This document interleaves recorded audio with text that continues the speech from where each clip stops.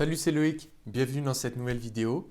Dans cette vidéo, j'aimerais t'expliquer comment valoriser tes diplômes et expériences professionnelles sur ton CV pour plaire au marché suisse et aux différents recruteurs que tu vas pouvoir rencontrer.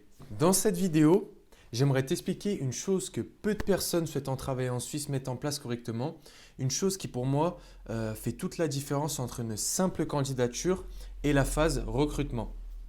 En effet, si tu as pour projet de devenir frontalier suisse, tu vas devoir postuler auprès de recruteurs.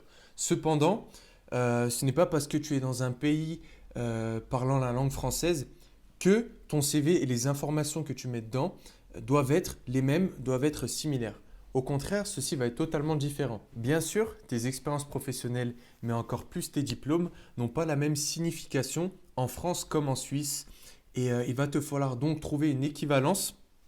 Une équivalence, c'est une traduction de ton diplôme français à une traduction d'un diplôme suisse, enfin une comparaison, pour que ton recruteur comprenne exactement ton parcours et ce que tu as appris par rapport à ton diplôme ou ce que tu as fait par rapport à ton expérience professionnelle. Pourtant, crois-moi que beaucoup de personnes qui souhaitent devenir frontalier suisse et donc être recrutées en Suisse font vraiment la passe sur cet aspect équivalence.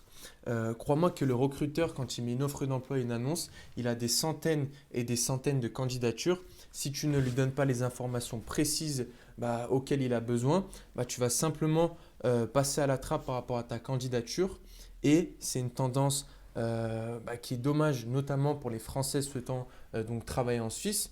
Ils ne prennent pas le temps et ne voient pas l'importance en fait de convertir, de faire comprendre leur diplôme et leur expérience pro auprès du recruteur. Et pour moi, ça fait justement toute la différence. Donc c'est vraiment dommage et tu perds vraiment de belles opportunités. On va commencer tout d'abord par la traduction de tes expériences professionnelles. Donc je vais t'illustrer deux exemples entre ce qu'on a l'habitude de mettre sur un CV quand on postule en France et ce qu'il faut mettre quand tu postules sur ton CV suisse. En France, quand on met une expérience professionnelle, il n'est pas rare de voir simplement une description telle que de 2018 à 2020, j'ai été commercial chez telle entreprise.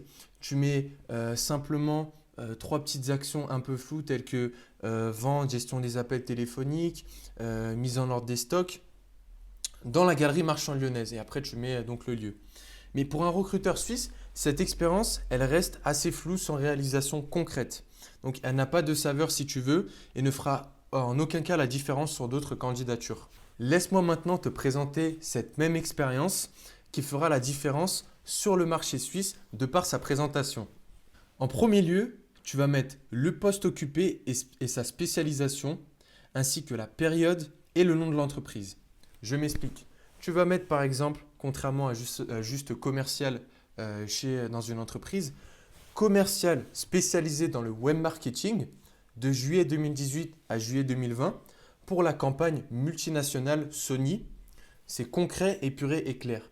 Également, dans cette même expérience, tu vas mettre les tâches et réalisations chiffrées que tu as fait donc, tout au long de cette expérience. Pour exemple, donc après avoir mis le poste occupé comme je te l'ai présenté juste avant, tu peux mettre deux réalisations concrètes. Ici, je te donnais deux exemples. Augmentation de 30% du chiffre d'affaires en un an grâce aux actions commerciales et marketing direct que j'ai pu mettre en place. Deuxième tâche et réalisation concrète chiffrée, organisation de 12 cocktails dînatoires au sein de l'entreprise à l'année, fidélisant notre plus importante clientèle.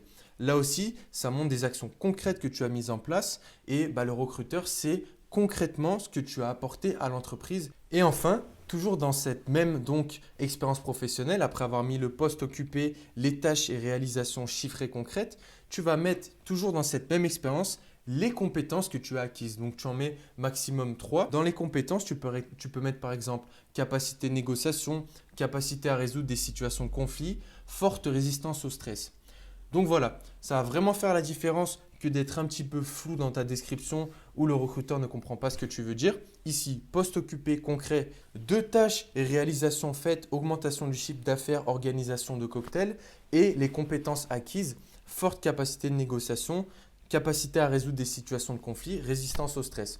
Donc voilà, il voit vraiment de A à Z ton parcours qui est beaucoup plus facilement intégré dans la tête du recruteur et sera beaucoup plus vendeur pour toi également. Comme tu peux le voir, on passe d'une simple description de poste un peu vague à une réelle expérience professionnelle concrète de par des réalisations et compétences compréhensibles et structurées. Passons maintenant à la traduction de tes diplômes et de tes formations. Donc pour traduire tes diplômes et formations, tu peux chercher sur Internet en tapant équivalence diplôme France à Suisse. Pour exemple, l'obtention du baccalauréat français se traduira pour la Suisse en l'obtention de la maturité. D'où l'importance de bien traduire donc chaque diplôme pour être compréhensible aux yeux du recruteur. Tu vas avoir certains diplômes d'origine française qui ne sont pas reconnus ou n'ont pas vraiment d'équivalence sur le marché suisse. Donc je te conseille, comme pour tes expériences professionnelles qu'on a vues juste avant, de traduire cela de par des expériences et des compétences concrètes que tu as acquises, reflétant ce diplôme ou la formation en question. Dans tous les cas, même si celui-ci n'a pas vraiment d'équivalence, ne te contente pas de mettre simplement l'intitulé de la formation ou du diplôme que tu as pu obtenir, mais mets-toi clairement à la place du recruteur et demande-toi si ce que tu mets dans ton CV est-il vraiment important et concis et fera-t-il une différence avec les autres candidatures, mais surtout sera-t-il compréhensible pour le recruteur présent donc sur le marché suisse.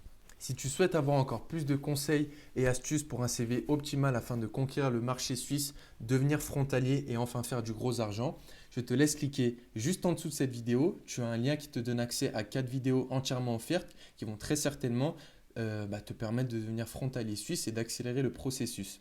Je te remercie d'avoir regardé cette vidéo et je te retrouve à très bientôt.